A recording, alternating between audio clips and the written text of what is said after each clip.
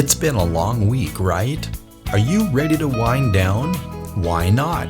It's time for the Wine Time Fridays podcast with Shelley and Phil. Neither are sommeliers, but both have a deep passion for life, each other, and of course, delicious wine. And now, here to talk about this week over a glass of wine is Shelley and Phil. It's wine time!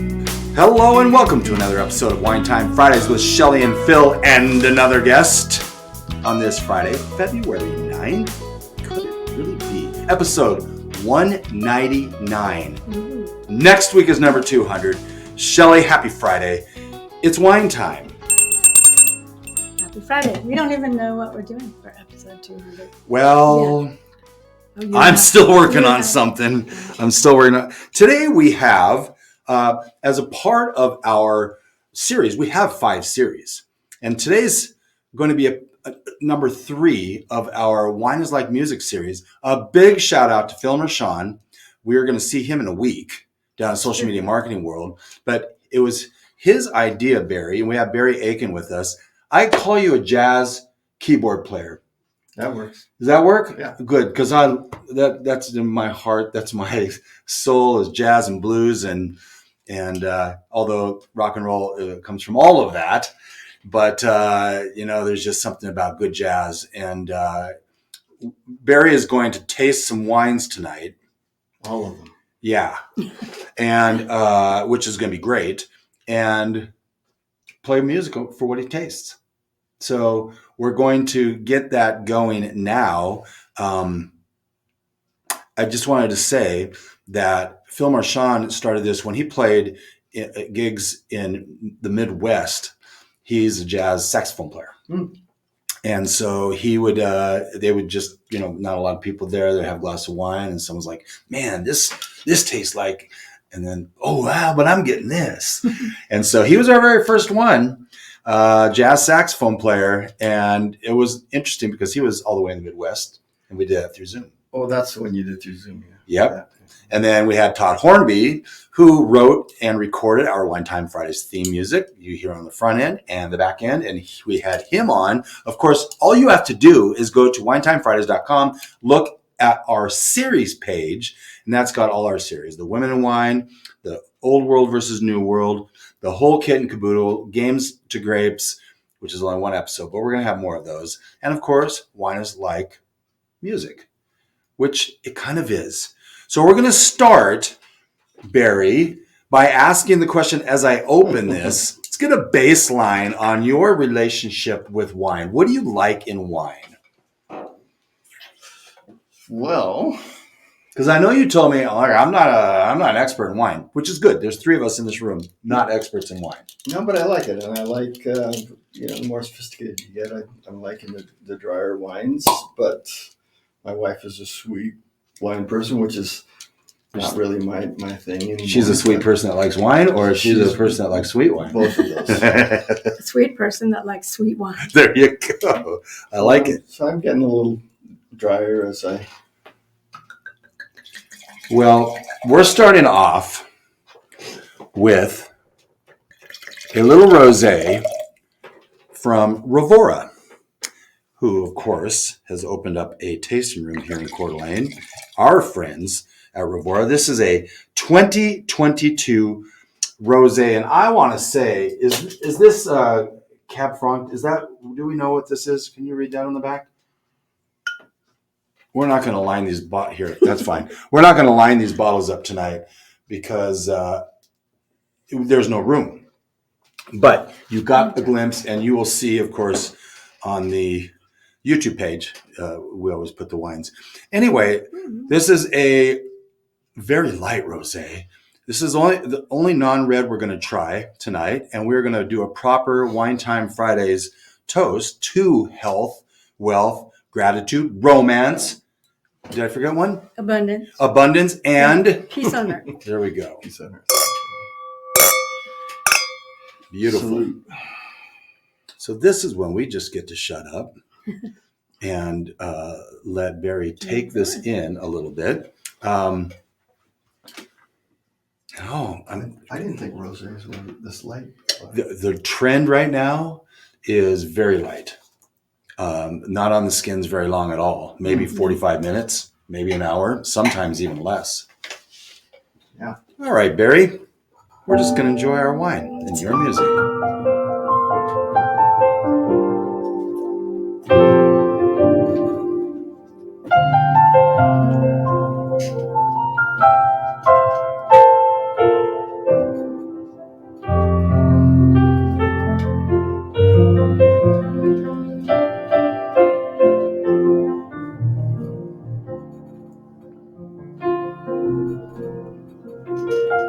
That's a good idea.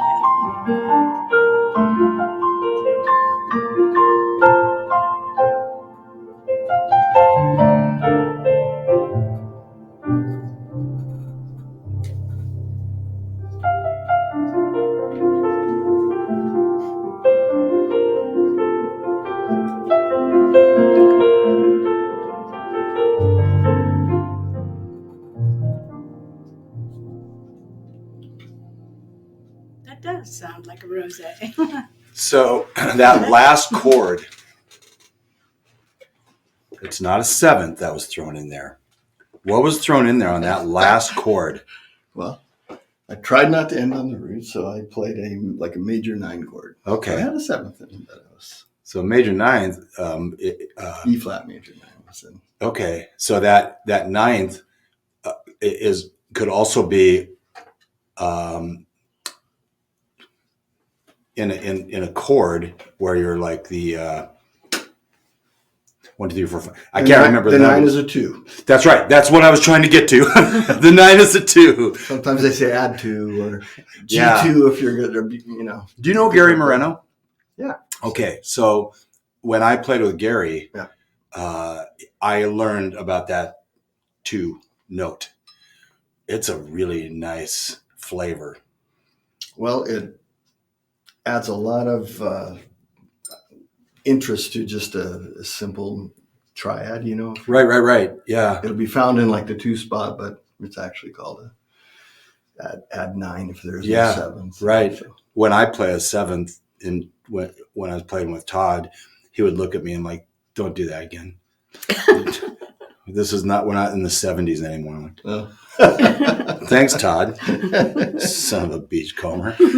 Well, wine, you're not going to get too gritty on the piano. If you're drinking wine, you're not going to say, "Oh, this sounds like this," and then play an edgy blues tune or something with a lot of No, but sevenths in it. interesting because Some of the bigger ones you might, the Shiraz or we threw. I like Shiraz, yeah. Yeah, there was one of the wines that we tasted through with Todd. He was feeling a whole lot of funk, and he did only acoustic guitar, but he was feeling a lot of funk and a lot of chunky chunk. Yeah. Oh, we'll be stepping it up for show. So tell me, because what you just laid down was really, really nice. Well, I don't know what it was, so I'm just. Well, that's the beauty of recording something like this. If you liked what it sounded like, first of all, anybody trying to copy it, we have it here first on the 9th of February. So don't do that. But can you put into words what you're getting from this? Because like you just we like don't turned need the words, we need the music. True. That's the point is music, unless you're a lyricist or I guess so. writing poems. Yeah. It's better that musicians don't speak. Well, because we use our hands or we exactly. use our voice or we use exactly. Is this rosé dry enough for you? Or too dry? No, I don't think it's. It has some fruitiness. But it's not too sweet, No. This is a pretty dry rosé. They sell out of this every year at Rivaura. Yeah, it is sensational. And this is made from Idaho grapes. So really, yeah, Idaho's getting way down south. Well, Lewis Clark Valley, so not that far. What valley? Lewis Clark, AVA. Oh yeah. Julietta is the city. Yep, and all estate grown, and so they're growing these right on there. Yeah, it's a beautiful area. Yeah, it really is. What are your musical influences? Well, first of all, I do like the old pop music. That's where, coming from this area, that's what you start with, So jazz, Example? Oh, I'm like, everybody knows this. I love the band Toto from the old days. So that was a big influence because it was the first of the really nice sounding keyboards. I was gonna say against guitar, which never usually Hold the Line is exactly that. Todd loves the drum, the entire song for Rosanna. Yeah, well, that's Jeff Porcaro. Yeah, he's no longer. And I know with us, that right? Todd's been in here and we've played a lot and played some shows together. I forgot. I don't really forget, but when I'm starting to look into music and things like this, I ran across Toto real recently, because our Wine Word of the Week sponsor is the Greatest Song You Never Heard podcast, which I've been told we're caught up on episodes. We'll see about that. See. But I'm going to throw a Toto song in there that Chris Cochran does not know. And I can say that because I don't think he's listening to this episode. At least I hope not. Toto's fantastic. So those sort of pop bands. Well, Boss Gags and the old yeah. Doobie Brothers, Mike McDonald with the gospel style. And coming from this area, that's what a keyboard player like me would be into, And then going to school, it's studying jazz. And my parents had jazz on growing up, so I was lucky to hear those types of that type of harmony, and so the Yellow Jackets is like probably my all-time favorite. Still going even over Spyro Gyra, huh? Yeah, no, that's my mom's favorite. So I know all their stuff. So big. See, I'm the other way around. The Spyro Gyra stuff, I've been listening to them forever. Yellow Jackets for sure. What do you got? Not Weather Report. There's it's 4. There's a 4 in there. Oh, Foreplay. With Kind of the same sort of thing, right? Yeah. Contemporary jazz. Any traditional old school jazz? Yeah, of course. My favorite piano player is probably Bill Evans because of his voicings. Of course, me being Canadian, Oscar Peterson was just nobody's ever going to touch him, and that's so I'm a big fan of. I didn't know Oscar Peterson was Canadian. I don't think I did either. Toronto area over that side. But I do have under other points and questions. Barry was born in Canada, Shelley. So are you. That's what she says. Yeah. Saskatchewan. Is that? No, is that what you said? Yep. Oh, so that's Saskatchewan. I said that's middle. Yeah. And you? I'm in BC, from BC, just above Spokane. Hop skip. Parents are still there. We used to have a cabin on an island off BC. It was off savory. The coast, though? Yeah. It was over by Powell River. Yeah. Vancouver Island. It was a little tiny island. So you'd have to take 2 ferries and then you get to Powell River and then you drive to land and then you cross in water taps. Cool. Yeah. Are you American citizen now? No. But I was thinking of becoming one before November. Why November? Why don't I know this? Election. You want to vote? Yeah, right. I stay away from that stuff. Yeah, well. It's always been a good excuse. I can't vote. That's right, exactly. We're going to take a quick break, and when we come back, we're going to go to Reds, and then we're going to start diving into a little bit of your creative process. Sounds good.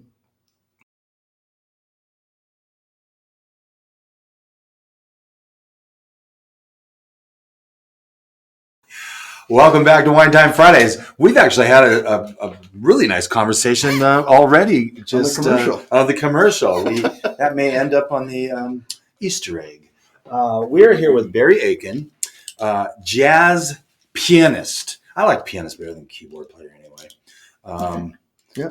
So as I'm opening this, Barry, first of all, if you just fantastic start with that rosé piece that you did. Won't be able to duplicate it, will you? No. Maybe we'll revisit the rosé and maybe it'll come out a little different. We'll get a twofer. What is your actually writing process when you are writing music? Do you do anything to put yourself in the mood? Billy Joel had this thing where he said, sometimes just not feeling it, but I go to the Italian restaurant, I sit down at the checkered tablecloth, kind of get myself in the mood. And someone says, "What do you want? Bottle of red, bottle of white?" I said, "Thank you." What is your process? For me, 10 o'clock, 11 o'clock at night, your system's shutting down. A lot of times I'll just, I put my phone on, just voice memos, and tons of stuff comes out. And before I go to bed or something. And that's one way. Can't just show up to the studio in the morning and flip but something switch. Maybe a tune, might get you going. I mean, a lot of this stuff, you can't just flip that switch. It's kind of be. I used to write down in San Diego for they were called music libraries, and you were just like a staff writer. And so, never had a block. You just wrote, and I liked the deadlines. So you had a little bit of pressure. You had to be done. And so you did well with deadlines. Yeah. Not that my system did. I could stress out, and you had to get it done before. And then we moved up to Portland, and I had to jump on a plane. I think it was about every 6 weeks and get down there. And I had to, and it was before computers really were that involved in the process. So you had to, all your stuff had to be together, and you showed up to the studio, and there was pressure, but I would say I don't like that, but you get comfortable with it, and you're really productive because of it. Right. The output is. It is important. Because I'm as lazy as anybody. I mean, you could put something off. Right. We are having a 2017 Elsom Cellars Logan Red Blend. 75% Malbec, 25% Syrah. Horsehaven Hills. We'll do Which is where? Washington. Eastern Washington. And it's probably in the Columbia Valley AVA, but I'll have to check that. And if I'm wrong, I'll take this all out. Hashtag cheersing. Cheersing. Cheers. We get the second rendition.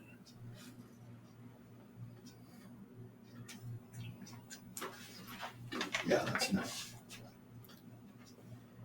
It needs to open up. It does. Keep swirling. It's a little chilly too. I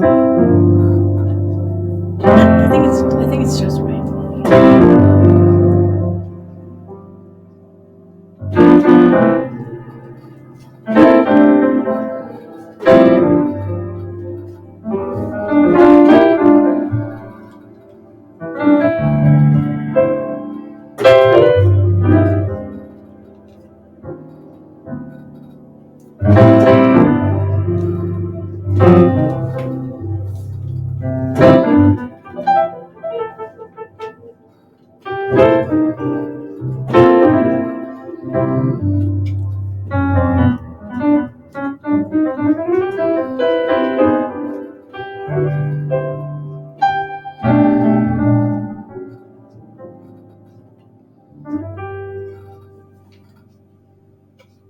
So now that you said that, I had to do a little blues. Well, I'm going to tell you, I've got some comments. Oh, Yeah, first of all, my heart is swelling. you're fired. No, my heart is swelling. Number two, to be able to pull out that in the flavor of Oscar Peterson. Because there was Oscar, oh my gosh. There was Oscar Peterson in there. The little rhythmic in and out, how you changed pace on that.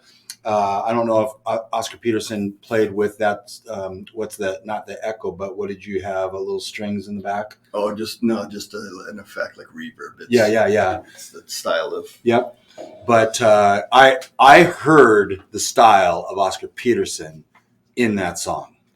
Well, what you just did. Well, he had those little flurries. I know. First of all, he had hands that straight down from heaven, I think. So, his fingers were not very long.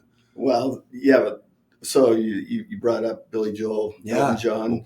Neither of them. Everybody says, well, piano fingers have to be long. No, I tell my students this all the time. It's the width of your hand. Now, Oscar, his hands are in the Guinness Book of World Records for having the longest reach. So he can reach a 13th. We talked about ninths earlier.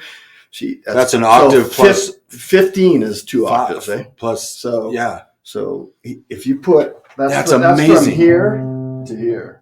Wow. And that's one hand. Yeah. And it isn't because His of his fingers. were It's because of the width of your hand. So if you put Interesting. Elton John, Billy Joel, they kind of have the same thing. Yeah. And you put your hand down, and that's an octave. And I put my hand down, like the 6th maybe. How far can you go on it? I can go 2 past an octave. Maybe not anymore because of this thumb, but I can usually go. So that's a 10th. And if you ever hear Oscar, he's playing chords his left hand, and I can only go 1 over an octave. So ninths, So I had to do these bass lines. Yeah. And I had to move to reach it, right? He doesn't have to move. No, he's just playing chords. Oh my gosh. So that's and I love that. Yeah. So thank you. This is so much fun. Shelley, please ask a question while I just suck all this in. Question. Okay. What was on my list? Now this is blend. Mm-hmm. This is the blend. 75% Malbec and Syrah. 25% Syrah. Elsom I was Cellars. thinking maybe that should have been after the Carmenere, but we'll see. I don't know. I mean, maybe. I just pulled out a blend instead of the Carmenere. Have you had a Carmenere? No. So this will be fun. This is Elsom Cellars is an urban winery in Seattle, one of our sponsors. In fact, all 3 of these wines are sponsors. Mm-hmm. And I thought this would be a good opportunity to get their name out and us featuring their wine while we feature the music that goes along with it. Mm-hmm. So these guys are great friends of ours. And the next one, another sponsor will be fun to do. So what's your question? I don't know. Okay. Well, I will say, you talked about your early musical influences, but I want to know, nobody buys CDs anymore. Right. But, well, I mean, I'm sure some do, but most don't. What has been your newest love, artist-wise? Well, believe it or not, us old guys will tend to say that nothing's like the old days, right? But because of the internet, this is one huge plus of the internet. Sure. There is so much amazing stuff to be found out there, and I'm really into Latin. Oh, nice. Jazz. So, and that's probably started with even the simple groove stuff of Sparajara, but then when I went to San Diego, of course, I put out, not when it was down there, but wrote a song, Balboa Park, and just started getting into the Latin stuff, and then it took off. Michel Camillo is a huge, not influence, but I'm really into that. There's a new guy out there, butcher his name out. I don't know if it's Alfredo Rodriguez, but just young people doing scary things that nobody would even, think to do. I mean, you would consider Carlos Santana with a Latin blend in there. Well, he's strictly Latin rock, and that's cool. So he knew he could do that, and it could be in mainstream, right? Because for sure. So I'm talking, this stuff probably wouldn't be mainstream unless, it's like for us to musicians music, and there has to be that too, because you have to aspire to something, because there's nothing really, in the 70s when I was growing up, we had one radio station maybe, and it played everything. You could go from a Journey tune, then the next thing would be James Taylor tune, and you just accepted it and didn't have. That sounds fantastic. It didn't have an attitude or something about it, and now everything's so niche down. Exactly. And so then you miss out on maybe just being forced a flavor. I'm feeling outnumbered here, 2-1 from Canadians and Americans. I said out. He says out like Canadian. Out. I love it. This is fantastic. We'll convert you. There we go. Well, I'm fairly converted right now. I was going to say, I had a thought. You? Yep, pretty much. Yeah, well, So you wrote a song called Balboa Park. Yeah, and that was the name of a CD, and I know where Balboa Park is. yeah, and big influence. My time in San Diego was just amazing. I went to San Diego State a little bit, and Aztecs. Go Aztecs. Exactly. That's where my daughter went. Really? Mm-hmm. Yeah. And then out of there, we actually started playing in a group and got a really small record deal right away and did jazz festivals, and our stuff was on KIFM, and a really great DJ in the days of DJs, Art Good, still has I think a podcast or, just excellent. We were playing 7 nights a week at some points. I remember one month we played 29 straight days in a row and had a couple jobs on, and that slowly goes away and you see the tide turning. And I was writing during the day. And, Yeah. and of course there was times of starving, of course, too.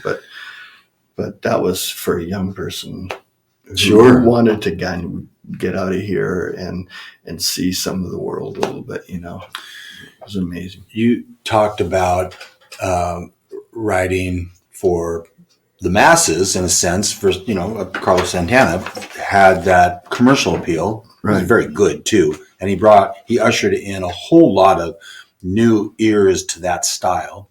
But the artists that you like, not so much necessarily they're writing for musicians to love, but it reminds me of Eric Clapton back in the day when someone said, "Why are you writing this? You're selling out." He's like, "I write this so that I can afford to play the blues." Yeah. So I'm really bad that way. I don't, I guess you have to do what you have to do, but my stuff can be like for a traditionalist. Yeah. They would think I'm kind of too commercial, but I think the commercial thing went way too far. And that happened. I'm not even going to say who it was in 1980. And, I used to have Pat Metheny, what an influence on me. Lyle Mays on keyboard. I'm forgetting all these people that actually, I would say, changed my whole. Who did Pat Metheny play with? Well, he was. Was Cream or no Traffic? Just him, and he actually played with Joni Mitchell a bit. Yeah, and that great bass player Jaco Pastorius, who's you just have to say Jaco, and most famous bass player of all time. And those were the reason that Joni Mitchell and James Taylor uses jazz musicians is because of how complements their maybe acoustic. And I did that stuff is just, those people created it, Your friend that you went to high school with is married to Carlton. Larry Carlton. Yeah. Oh, yeah. He Lee Rittenauer, those session players. Yeah. So my favorite all-time pop jazz band, if you looked on my wall of fame when you walked in, Steely Dan, of course. Yeah. So any of their stuff, and Larry Carlton played a huge role. Jeff Becker of Toto played drums on the first couple of Steely Dan albums. That's musicians' music that has some commercial success. Sure. And they had they had to walk the line too, but they still sold. And so it can be done. It can be. For sure. Without just phoning it in and now people, and then it just got safe. There's a great documentary, 1971, the year that changed music. It has the Eagles, Taylor, Linda Ronstadt, Joni Mitchell. Well, all the Laurel Canyon. Have you seen any of those? Yeah. So James Jackson Brown. Yeah, I know.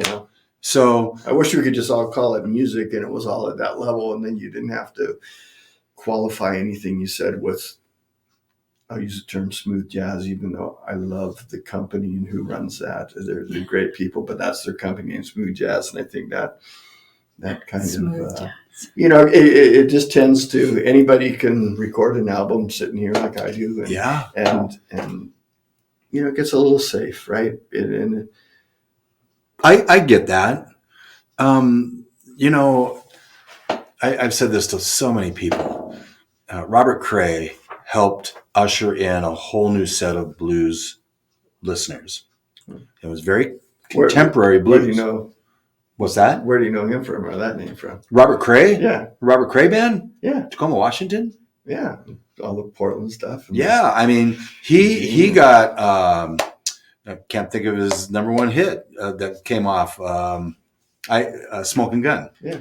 And so, but that was very popular. It was blues. He is a blues player, but not a traditional blues player, right? It was more contemporary. Same with Kenny G, little Kenny Gorlick reference. A friend of mine, a neighbor, was Tony Gable, 206. I think I may have referenced that in an email or two. You did, yeah. Ben Smith on drums and Ben Fleck on keyboards. Well, the guitar player is a good friend of mine. He recorded on my last CD. John Raymond is the guitar player. Yeah, so John is still with us, but most of the players of 206 are no longer with us. It's very sad. But, Kenny, traditional jazz players are like, he ushered in a whole new set of ears. So, Yeah. Well, I got to be honest, I liked him a great deal because Jeff Lorber was a huge funky influence. The guy's still putting out stuff and working all over the world and always with amazing musicians. Yeah. Jimmy Haslett, bass player for Yellow Jackets, out there with him. Sonny Emery on drums. All these, and Kenny used to play at that level with that band, and I used to sit in my practice room at San Diego State with another saxophone player, and we would copy all those lines, like just take them off a record. I was probably supposed to be practicing classical or jazz, but that was just a highlight because piano majors had a key to it, like a Yamaha baby grand, and we'd go in there and that was just, and you're just on fire learning that stuff, And to me, I got to be honest, I like, those days. There's no shame shame in that. So Shelley knows this story. I feel like I have to share this. I've shared it on the Weirdest Song You Never Heard podcast. But way back in the day, Lincoln High School, Tony Gable is at Lincoln and playing in a band that's very much like the Commodores, Earth, Wind and Fire. They're dressed to the nines, all black musicians. And he was a percussion player, Tony was. And someone said, you need to go listen to this jazz player. Is he black? No, we're not interested. You just need to go listen to him. So they go listen. It was Kenny Gorlick, Kenny G. And Tony said, yeah, he can play with us. It's okay. So it's interesting. And then, of course, Kenny made it big and Tony ended up playing with his band instead of the other way around. But it is funny how that all works out. I played on one of Tony's albums. Really? I was in Portland time. Interesting. Seven Hills?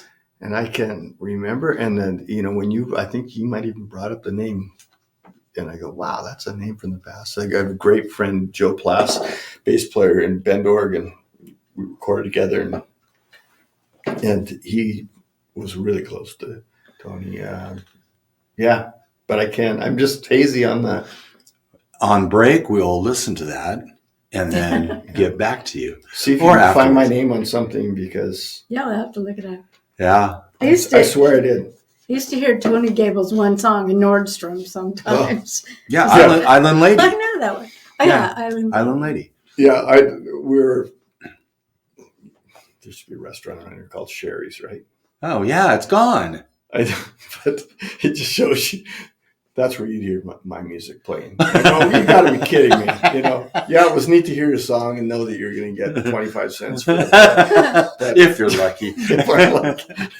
Yeah. With that thought, we're going to take one more break. And when we come back, we're going to get on to our last bottle and sadly our last song, unless that glass surges into multiple songs.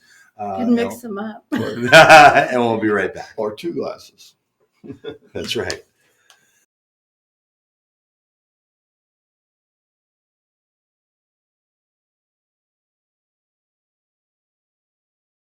Hello and welcome back to Wine Time Fridays, episode 199. I tell you, man, this is going to be fun. Easter eggs on this one. Ah, yeah. Nice.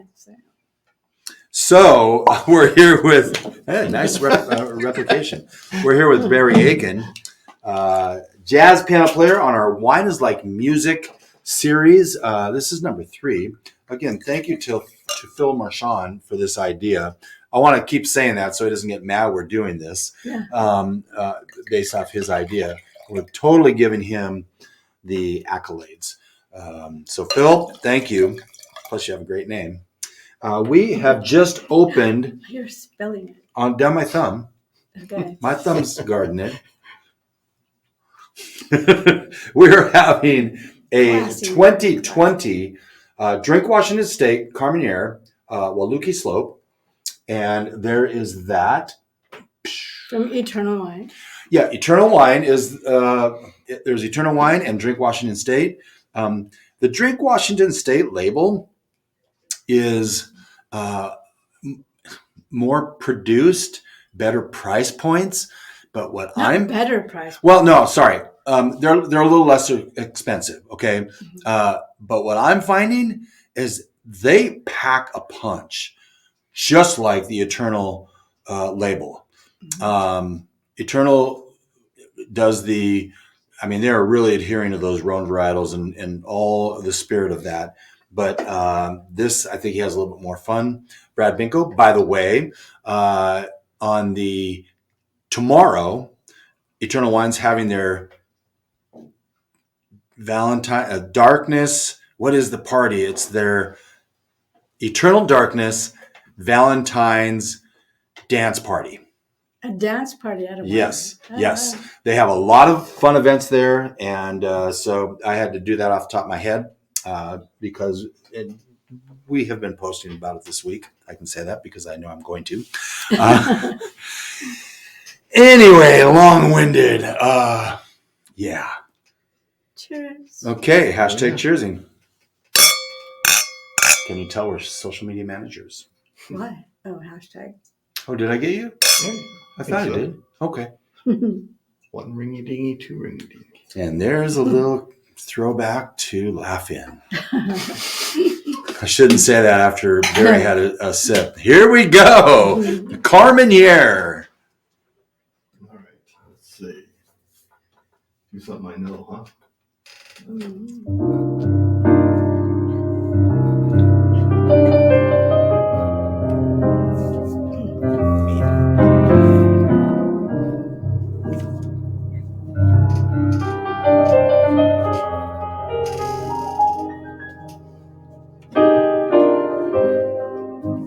On YouTube, everyone's going, why does he keep looking at that?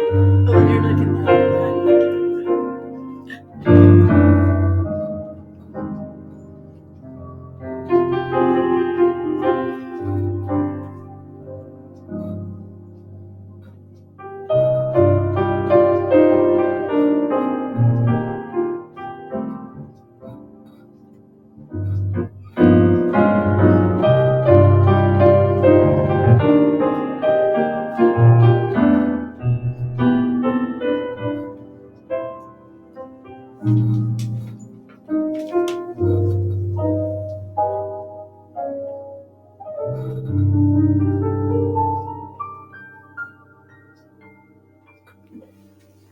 Nice.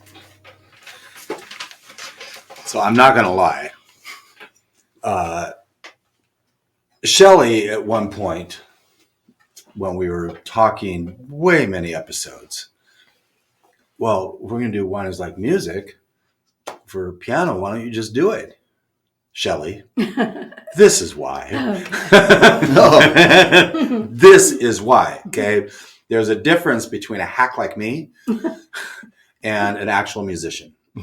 So I play by ear or charts. Well, Okay. And my two best ways right there. well, okay. when I started playing at Lake City, I was going to volunteer doing the board, and then it was on rehearsal night, which used to be Thursday night at Lake City Church. And I was watching the band. I'm like, I actually want to do that. I'd never played in a band before. Mm-hmm. So I sat down with Todd, and he said, well, why don't you play me some? So I've got a boogie woogie I could play with my eyes closed. And he said, well, clearly you can play. Why don't we walk in and let's talk a little bit about, your religious beliefs and things like that. And so we did, and I started playing with the team. But my biggest fear was, how do you guys learn your music? He said, oh, with these charts. I'm like, I'm in. I'm okay. I know theory. I don't know all my scales, but I can figure it out. And if I hear the song, which they would always give us a song to listen to, and then I'd put it with the music, I add my own little Phil stuff. So chord symbols? That's the type of like chart. A minor. Yeah.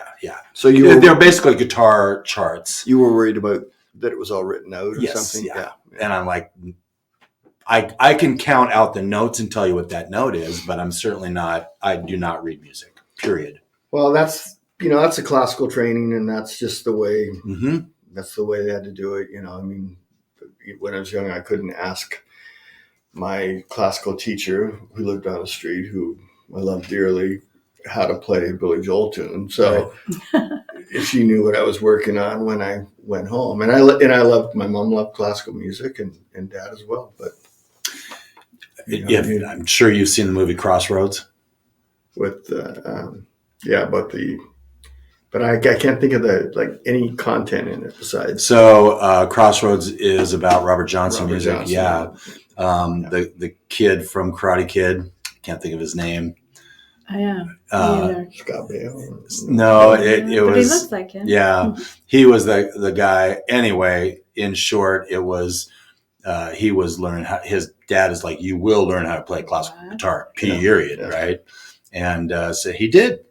But he, at one of his little recitals, when he's playing, and he ends with a nice little blues lick at the end, and all of the judges, they're writing, they look up and they're like. And they shake their head. And I'm like, that is the epitome of the differences between those two mindsets, right? The paradigms of the traditional,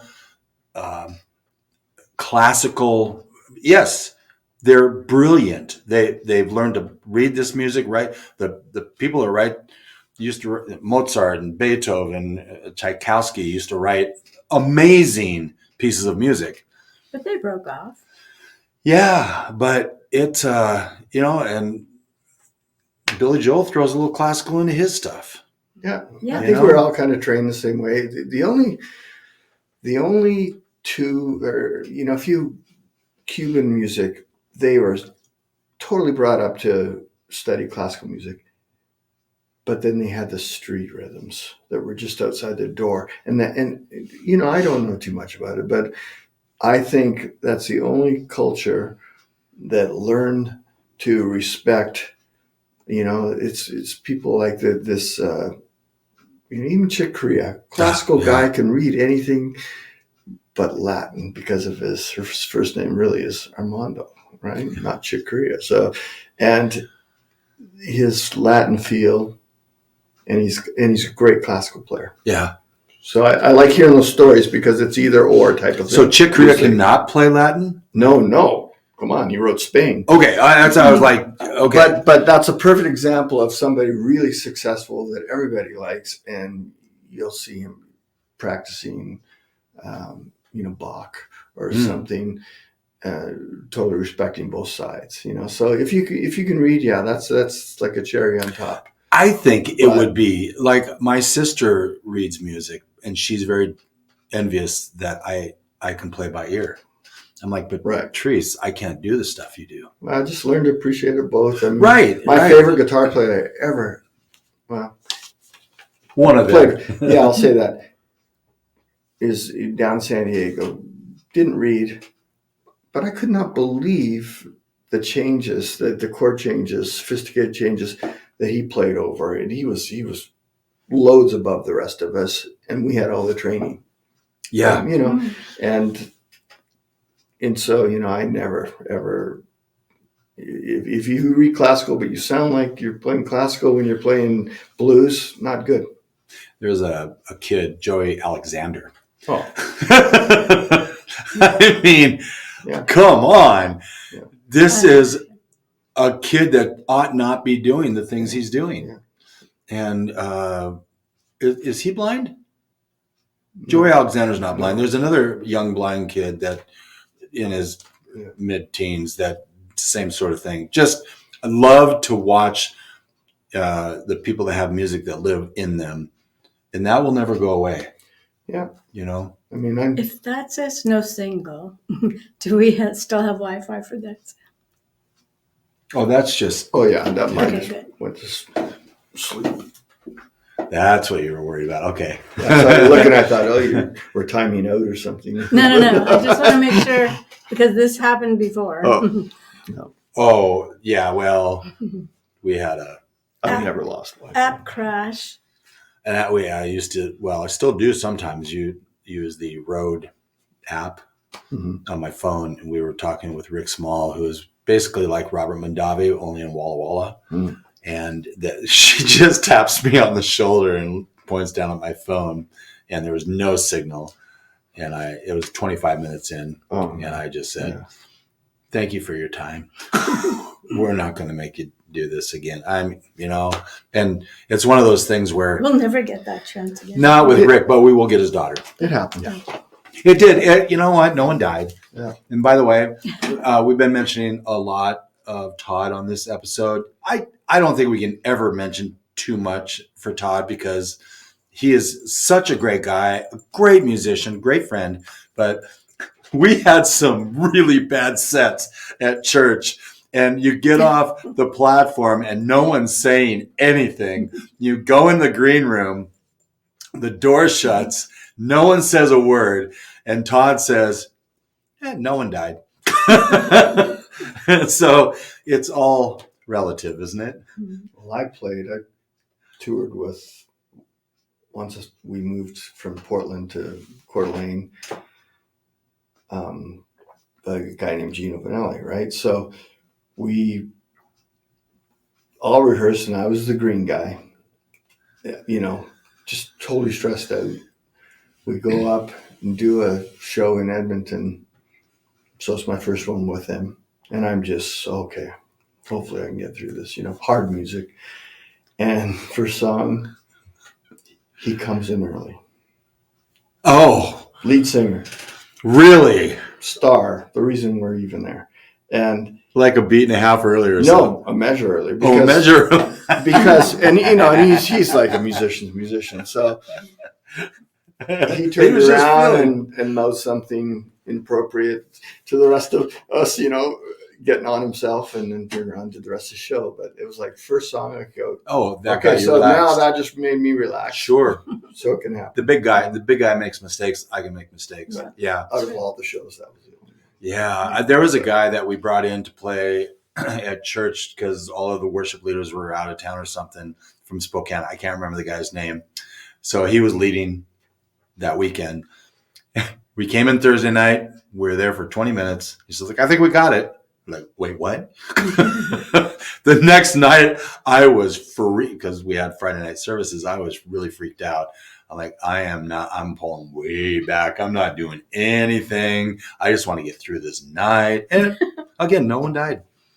Yeah, it all turned out. That's why you do them. That's why you say yes to everything when you're getting into it, because you have to have those experiences. You do. And you have to know how to deal with them when they do go sideways, and have to have a big pair of ears so you can get yourself out of it. If Do you like playing with a click? Well, the reason I went to California, I think, and we chose San Diego because I think we were both chicken to go to LA. I wanted to be a session musician because of people like Larry Carlton, Lee Ritenour, and all those guys that I was just getting into, right? Yeah. What is a session musician? That was going to be me, because I didn't ever want to didn't have the outgoing personality to be a star or couldn't sing. And I could see myself just being a studio musician forever. The best musicians out there, and by the I way. tell you, to this day, we went through that COVID thing. I'm in here and I'm in heaven. Yeah. Recording. And so Click is, my time's pretty good. So that's just one of those things that studio musicians, you absolutely have to know how to do, and not, you just internalize it. So it comes out of you naturally. You're not sounding like you're listening to a click. So you don't want to be sitting here. God, I turned the click way down. I had the drums right next to me. So Kevin Olsenberg was like, I was right Kevin's on. a good friend. Yeah. And he plays the drums like I would play the drums. Yeah. So I knew what was coming, and it came, and it was pretty cool. It's pretty cool. Like his fills, that would be what I would do. If I mention the name Cornell Dupree or Richard T. Wow, Richard T. Stuff. Yeah. So that's Paul speaking Simon of stuff. Yeah, and speaking of studio Steve musicians, Gadd, Steve Gadd on drums. Yeah. Eric Gale on guitar. What's his name? I love this guy on bass. I know. I would. But if you've ever seen the movie One Trick Pony, Paul Simon lead. It's kind of a sad story, but it uses the real guys, right? And so they're aging out of the pop world.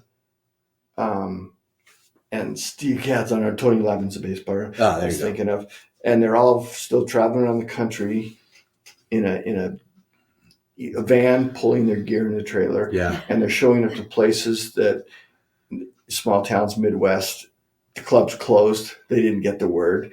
And they're broke. Oh, no. Or the chicken wire on the stage for throwing the book. But that's a great movie because that is a musician's movie. And it's, One Trick Pony. We're going to have to look that up. See if you can. Yeah. It's hard to find. Well, it's an album. One Trick Pony is the album. But you would love what Paul Simon, he's the aging out superstar and how he's still trying to keep his career alive. And finally he just says, I can't bend to these people anymore. Yeah. So there's a few examples of him getting into it with a record exec or something, and oh my gosh, it's just, as a musician, it's sure perfect. Yeah. We've been listening to the Billy Joel biography. I think we still have 2 chapters to go, but when we're on the road? When we're on the road. A lot of things I did not know, and I am a very avid Billy Joel fan, embarrassingly so. So, my uncle turned me on to stuff back in the day, and speaking of studio musicians. So, go, please. Which one did you like between the 2 red ones? I was thinking about that because once I had to focus on this because I just said I really liked the second one. So, again, I don't know anything about this, but this tastes a smidge drier, more sophisticated than the last wine. And so therefore I love this, the second wine, but I would freely admit. You're leaning for the Carmenere. So the Carmenere is one of the original Bordeaux blending wines. And then they took it out because of phylloxera. Ruined everything. Yeah. And so now they're starting to grow in different places anymore. Yeah. So. Yeah, Argentina and Chile really and but this Washington. Is just only Carmenere. Yeah. Did you look I believe. Yeah. I didn't actually see anything. I'm thinking this is 100% Carmenere as well. But, depending on what you're eating. Yeah.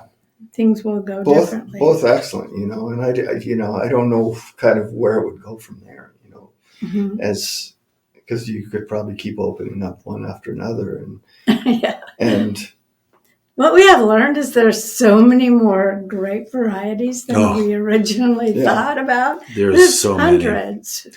Well, on our show notes, I did put the Carmenere second, so I went out of order, but the Rivaura Rosé is about $19 at the winery. The Carmenere, which we just had, $34 at the winery, and Elsom Cellars Logan Red Blend, $42 at the winery. So, well, that's good. I kind of like this the second one. I just, this seems a little. Do you want to revisit any while I go through a few of our housekeeping things?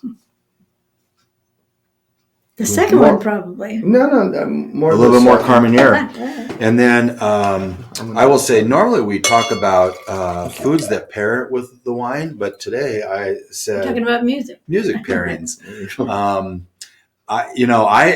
Because kind of driving these episodes, I never put myself into that mode. First of all, thank you for doing this, because Thanks for having me. This is so not easy. This sounds. You sat down and knocked out 3 tunes that I'm blown away, just absolutely blown away. So that's not easy to do. People think it's like, well, of course he's a musician, he can sit down. No, you try it, son of a bitch. So it's not easy to do. But Now you have to label it R. no, I didn't say the F-bomb. The greatest song you never heard podcast wine word of the week is harmonious, Shelley. I saw that. Harmonious in wine. word. Harmonious describes a balance and seamless integration of different components in a wine, resulting in smoothness and enjoyable unity of flavors and textures. That makes sense. Mhm. And all of these, as they opened up, the rosé was spot on right at the beginning, but the other two, it looks like Barry's going to knock out something real quick. You brought it up, so I'm going to play The this is Carmenere. appropriate for.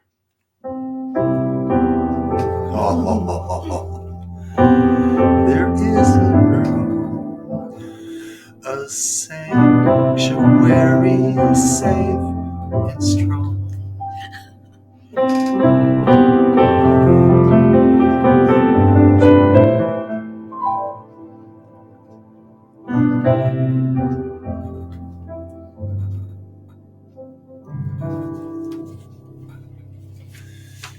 Is this the one? And so This it goes. is what, And so it goes. Yeah. There you go.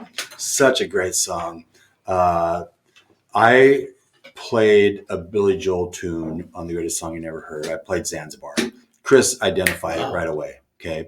If you've ever heard the podcast Smartless, Jason Bateman, Will Arnett, and Sean Hayes, they bring one of the 3 bring a guest. They do a little banter for a couple minutes, and then they bring a guest. The other 2 don't know. Okay. So it's a surprise. And you'll have Will Ferrell or Martin Short, things like that. So we've modeled The Greatest Song You Never Heard off of that. One of us will bring a song we think most people have never heard, but is a good song. Zanzibar, I brought. He identified it immediately. And then I didn't play, and so it goes. I played another slower one. I can't think of Where's the Orchestra, possibly? Yeah, it might have been Where's the Orchestra. Anyway, Chris didn't like that one. And there's so many Billy Joel songs to choose from that, I mean, I heard one the other day that I hadn't heard for a while. They actually played it in a store, grocery outlet.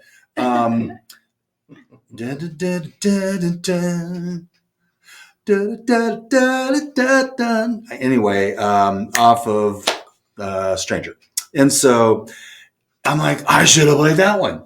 So anyway, that is fantastic. Such a great song.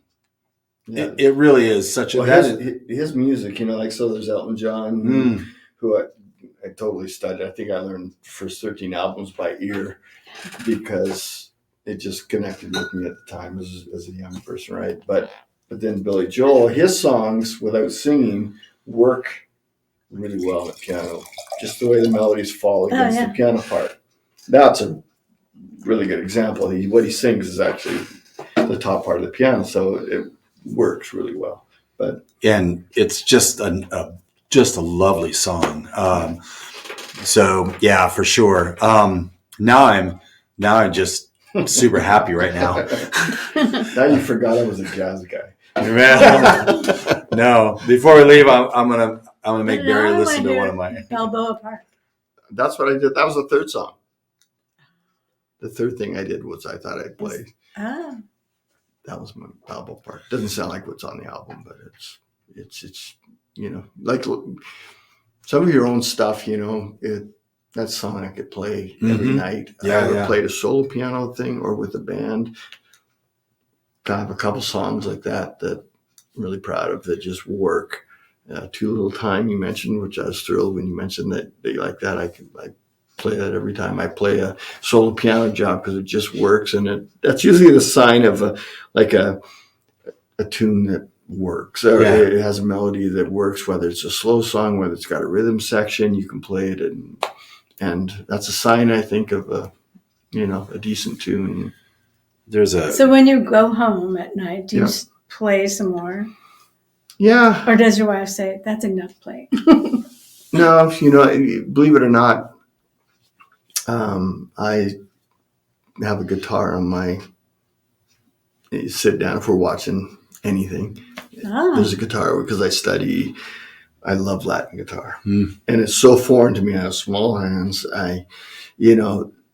That's what I study. So that's a lot of time. And then if she's to bed, there's a grand piano in the living room that I sit and play. So a full grand?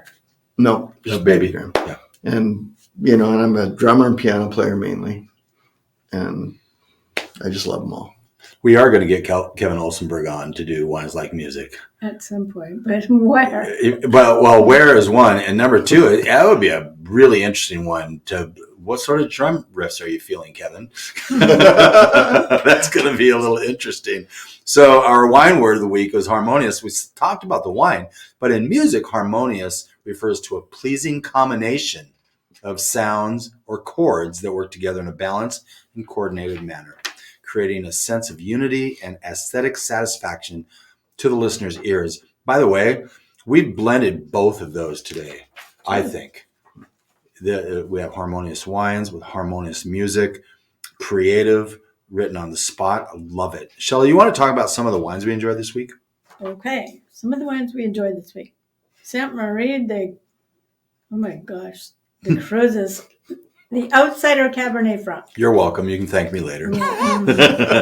Use your Canadian accent. Yeah, right. That's right, eh? Is that ever nice, eh?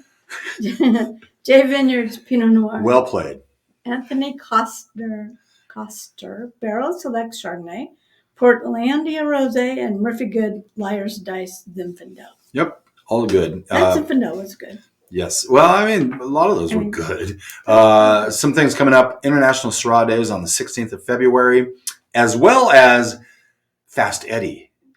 Ed Holmes from Jay Bookwalter will also be at the North Idaho Entomological Society of dinner event at the Lake City Center. Oh. Yeah. Yes, Lake Center.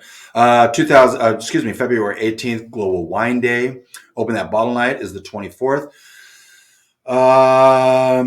Jared Funk with Savaya is coming up. Jonathan and Dan with Foolhardy is coming up. Of course, next week is episode 200. We are scrambling a little bit, Shelley, to get what we're going to have. Scrambling a little bit. Anyway, this has been so much fun. I feel like I personally feel like we could just blast through all these bottles and just keep having Barry sit down at the piano. Barry, thank you so much for doing this. This is not an easy task. We've been working on this for 6, 7, 8 months, haven't we? It's been a little bit, and it finally came to fruition. Fruition. Thank you. Pretty. That's as good as harmonious. When Shelley makes a joke, just let that people listen. That's right. People do listen. That might be going on the front end. So thank you so much for this. This has just been awesome. So much fun. A huge thanks to our sponsors today, 3D Kitchens by Design and CDA Gourmet. By the way, Shelley, I don't know if you know this.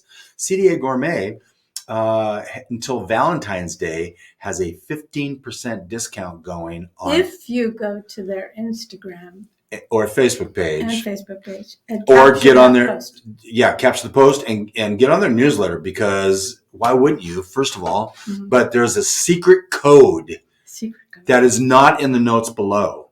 So you're going to have to go look. 15% off any Not regularly 15, 15% off of any regularly priced item.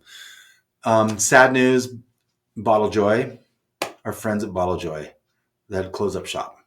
So Kurt, Joy, super sorry. We're not going to go into all that crap of why, but Very sad. yeah, it's super sad. It super sucks. I They'll be shouldn't back. have ended I on feel like a they'll be back. sad note like that.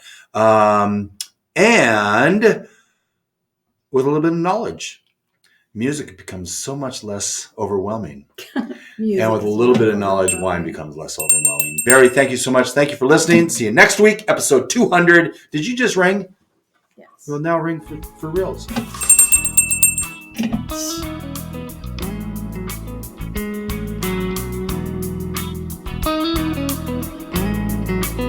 Thank you for spending part of your day to wind down with Shelley and Phil. Remember, you can listen to any episode of the Wine Time Fridays podcast by visiting winetimefridays.com or wherever you get your podcasts. And join us on our Wine Time Fridays Facebook page, Instagram, or on Twitter, which is @VintageTweets, for daily conversation. Until next week, here's our toast to you. To health, wealth, abundance, gratitude, peace on earth, and of course, romance.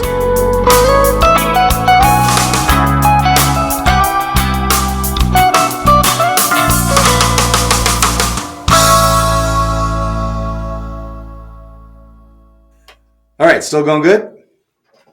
Yeah, I'm liking this. This is fun. Fun. Oh, that's funny you have that connection, yeah. Yeah, he lived across the street. Kenny actually gave him a down payment for that house. Wow. And Kenny's a great guy too. And he really is. And I'm a huge golfer, and so I like his connection there. Yeah, I'm really enjoying this. I'm so happy I brought this.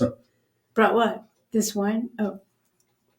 Seattle? That was really good. So my taste was that. Yeah. And I don't this know was pretty young. Yeah, It could it's open up a 6-7 years old, and it was tight at the start, but I probably shouldn't have put a cork back in that. You're going home with that one. Oh, you're going home with the rosé because I think your wife would love that. Oh, she would. Yeah, so pretty dry, but she might like it. Yeah. The first time I met Tony was, Kenny. It was like on I want to say a Saturday, and Tony calls me up. Hey, Gia's over here if you want to meet him. Okay. That's cool. So I went over and met him. Blah blah blah, and then the next day the Seahawks were in town, and Tony was actually playing down at Pier 56, maybe somewhere around Elliott's there, and so we went down. There's a lot of everybody downtown because the Seahawks are playing. Anyway, watching Tony, and then someone asked, Kenny's having trouble finding this. Can you go grab him? I'm okay. So I went out on whatever that was called, that street, which I don't even know anymore. Oh, Kenny. Hey, Phil. Really? Tony's this way. So he is a great guy. He carries that horn around with him all the time. Yeah. But it's just fun. Music is multi-generational. This should actually be on. It'll be an Easter egg also. But it just brings everybody together. We were watching this Netflix thing, right? Yeah. Shelley turns and says, "We need another one of these. This world needs another one of these." I said maybe we need another famine or something. Well, what was they had done that. The farm Bob Geldof, they did Farm Aid, yeah. Farm Aid, all those. I don't even know Bob Geldof other than Farm. I have no idea who that person is. Yeah, except for that. I can't remember what band he was attached to as a singer back in the day, but yeah, and those used to pop up every once in a while, right? And the musicians, those musicians could bring in the support or play a concert for 100,000 people at the drop of a hat, and what that would benefit, that would change the world. Yeah. And it's still doing it. The very last part of that, it's still paying in. Well, that's pretty cool. We've become so divided that you need some of that, you need more of that. That's kind of my, this is kind of where I'm from, right? And so I feel I can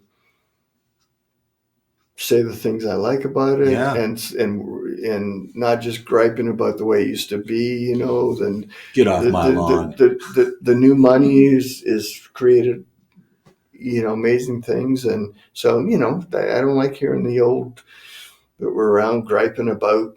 My wife's brother-in-law has been the mayor of Kellogg for 30 years, and if you get over there and just hear 30 hear that years. stuff, because everything's changed so much. I go, I know, but a beautiful place is going to be found out. Mm-hmm. Oh yeah, that You could go all the way back to Lake Tahoe. Yeah. And I was just there this summer again, and I'm shocked. I go, okay, that's Coeur d'Alene. And there's not much you could do about it. No. The so-called progress is progress. Progress is progress. And whoever's flipping the bill, they're determining what progress is. And that always will have some bad. It's going to leave some people behind. But We should just say everyone can only have one child. Yeah, let's go ahead and regulate that too. well, Hello. my dad would say that, and I go, yeah, but I got some Mormon friends, and we're in trouble.